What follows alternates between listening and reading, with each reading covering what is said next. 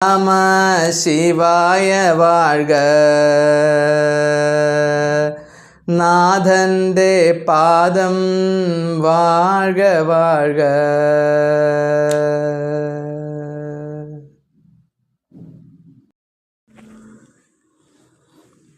മാണിക്യവാചകസ്വാമിയുടെ തിരുവാചകത്തിലെ അടുത്ത ഭാഗത്തിലേക്ക് നമുക്ക് പ്രവേശിക്കാം. ചിന്തിച്ചാൽ ആനന്ദം താനേകീടും ശിവനുടെ പുരാണമുര ചെയ്ത് മുൻജന്മ പാപം തീർക്കാം.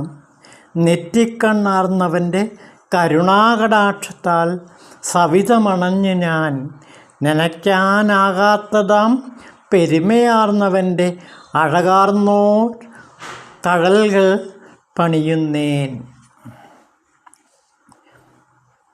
ചിന്തിച്ചാൽ ആനന്ദം താനേകീടും ശിവൻ. ചിന്തിച്ചു നോക്കിയാൽ ശിവൻ ആനന്ദം മാത്രമേ നമുക്ക് നൽകൂ.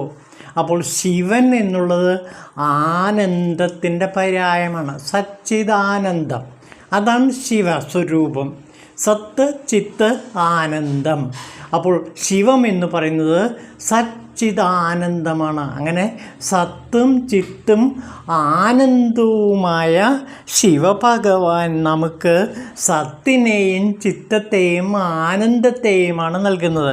ആനന്ദം മാത്രം നൽകുന്ന ശിവനുടെ പുരാണമുര ചെയ്ത് മുൻജന്മപാപം തീർക്കാം. അങ്ങനെയുള്ള ഭഗവാൻ ശിവൻ്റെ പുരാണങ്ങൾ ഉര ചെയ്താൽ, ശിവൻ്റെ ചരിതം ഉര ചെയ്താൽ നമുക്ക് എന്ത് സംഭവിക്കും? മുൻജന്മ പാപം തീർക്കാൻ കഴിയും. അപ്പോൾ മുൻജന്മ പാപങ്ങൾ, കർമ്മവിനകൾ അത്രയും ഒഴിഞ്ഞു മാറും ശിവനെ പറ്റി ചിന്തിച്ചാൽ. ശിവൻ്റെ കഥകൾ പറഞ്ഞാൽ, ശിവൻ്റെ പുരാണങ്ങൾ പറഞ്ഞാൽ തീർച്ചയായിട്ടും നമുക്ക് ജന്മപാപങ്ങളും കർമ്മവിനകളും എല്ലാം ഒഴിഞ്ഞു മാറും. അപ്പോൾ നമ്മുടെ കർമ്മവിനകൾ ഒഴിഞ്ഞു മാറാൻ, നമ്മുടെ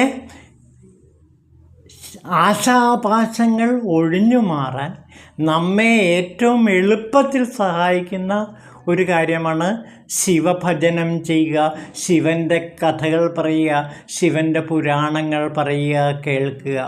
അപ്പോൾ ഈ തിരുവാചകം കേൾക്കുക എന്നുള്ളത് സത്യത്തിൽ നമ്മുടെ കർമ്മവിനകളെ ഒഴിവാക്കുന്ന വലിയൊരു ഉപായമാണ്. അപ്പോൾ നമ്മുടെ കർമ്മവിനകളെയും അതേപോലെ മുൻജന്മ പാപങ്ങളെയും പരിപൂർണമായി ഒഴിവാക്കാൻ തിരുവാചകം വായിച്ചാൽ മതി. തിരുവാചകം കേട്ടാൽ നമുക്ക് നമ്മുടെ കർമ്മങ്ങൾ ഒഴിയും. ശിവപുരാണം ആരാണോ കേൾക്കുന്നത്, ആരാണോ ശിവപുരാണത്തെക്കുറിച്ച് പറയുന്നത്, തീർച്ചയായിട്ടും അവരുടെ മുൻജന്മ പാപങ്ങളെല്ലാം ശിവൻ മാറ്റിത്തരിക തന്നെ ചെയ്യുമെന്നാണ് ഇവിടെ മാണിക്യവാചകസ്വാമി നമുക്ക് ഉറപ്പ് തരുന്നത്. അപ്പോൾ ശിവപുരാണങ്ങൾ, ശിവകീർത്തനങ്ങൾ ആരൊക്കെ പാടുന്നുവോ, ആരൊക്കെ അത് കേൾക്കുന്നുവോ അവർക്കെല്ലാം ജന്മസായുജ്യം ലഭിക്കും എന്നാണ് ഇവിടെ നാം കാണുന്നത്. നോക്കൂ, ഇതാരാണ് പറയുന്നത് നോക്കൂ. നെറ്റിക്കണ്ണാർന്നവൻ്റെ കരുണാകടാക്ഷത്താൽ സവിതമണഞ്ഞു ഞാൻ. അങ്ങനെ നെറ്റിക്കണ്ണൻ്റെ കരുണാകടാക്ഷത്താൽ സവിതമണഞ്ഞ മാണിക്യവാചകരാണിത് പറയുന്നത്. അപ്പോൾ ശിവസാക്ഷാത്കാരം കിട്ടിയ മാണിക്യവാചകരുടെ തിരുവാചകമാണിത്. ശ്രദ്ധിക്കൂ, ശിവഭഗവാന്റെ സാക്ഷാത്കാരം ലഭിച്ച, ആ ദർശനം ലഭിച്ച മഹാപുണ്യവാനായ മാണിക്യവാചകരുടെ തിരുവാചകമാണ് നാം കേട്ടുകൊണ്ടിരിക്കുന്നത്.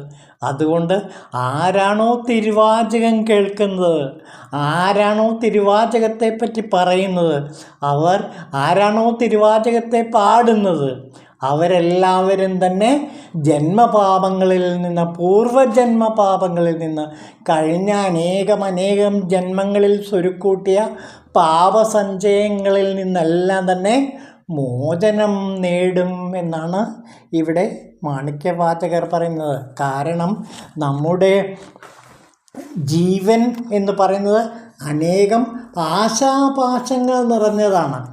ഈ ആശാപാശങ്ങളാകുന്ന മലങ്ങളുടെ വേരറുക്കണമെങ്കിൽ ശിവൻ്റെ അനുഗ്രഹം കിട്ടുക തന്നെ വേണം. ശിവാനുഗ്രഹമില്ലാതെ, ശിവൻ്റെ അരുളില്ലാതെ ഈ ആശാപാശങ്ങളുടെ വേരുകൾ അറുക്കാൻ കഴിയില്ല. ഇത് ശരിക്കും അറിയണമെങ്കിൽ ശങ്കരാചാര്യ ഭഗവത്പാദരുടെ ശിവാനന്ദ ലഹരിയിലെ ഒരു ശ്ലോകമുണ്ട്, 74-ാമത്തെ ശ്ലോകം. അതിൻ്റെ ആരംഭം ഇങ്ങനെയാണ്: ആശാപാശ ക്ലേശ ദുർവാസനാദി ഭേദോദ്യുക്ത എന്നാണ് പറയുന്നത്. ആശാപാശ ക്ലേശങ്ങളുടെ, ആശകളാകുന്ന പാശങ്ങളുടെ ക്ലേശങ്ങൾ തുടങ്ങിയവയെല്ലാം, അതേപോലെ ദുർവാസനകളെയെല്ലാം നശിപ്പിക്കാൻ കഴിവുള്ളവയായ അവസാനമില്ലാത്ത ഒരു കെയറാണ് സത്യത്തിൽ ആശ. അത് പല രൂപത്തിൽ ജീവിതത്തെ ബന്ധിക്കും. ഒരു കുരുക്കഴിക്കുമ്പോൾ 1000 എണ്ണം പുതിയതായി ഉണ്ടാകും. ആശയുമായി ബന്ധപ്പെട്ടുണ്ടാകുന്ന ദുരിതങ്ങളാണ് എല്ലാ ക്ലേശങ്ങൾക്കും, പഞ്ചക്ലേശങ്ങൾക്കും ദശക്ലേശങ്ങൾക്കുമെല്ലാം തന്നെ കാരണമായിട്ടുള്ളത്.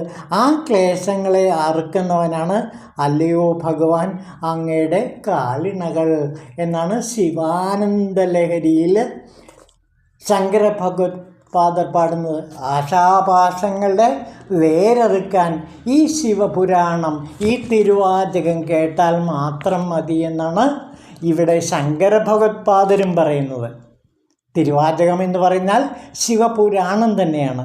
ആ ശിവപുരാണം ആരാണോ കേൾക്കുന്നത് അവരുടെ ജന്മപാപങ്ങളെല്ലാം തന്നെ ഇല്ലാതായിത്തീരും എന്ന് മാണിക്യവാചകസ്വാമി മാത്രമല്ല സാക്ഷാൽ ശങ്കര ഭഗവത്പാദരും നമുക്ക് ഉറപ്പ് തരുന്നു.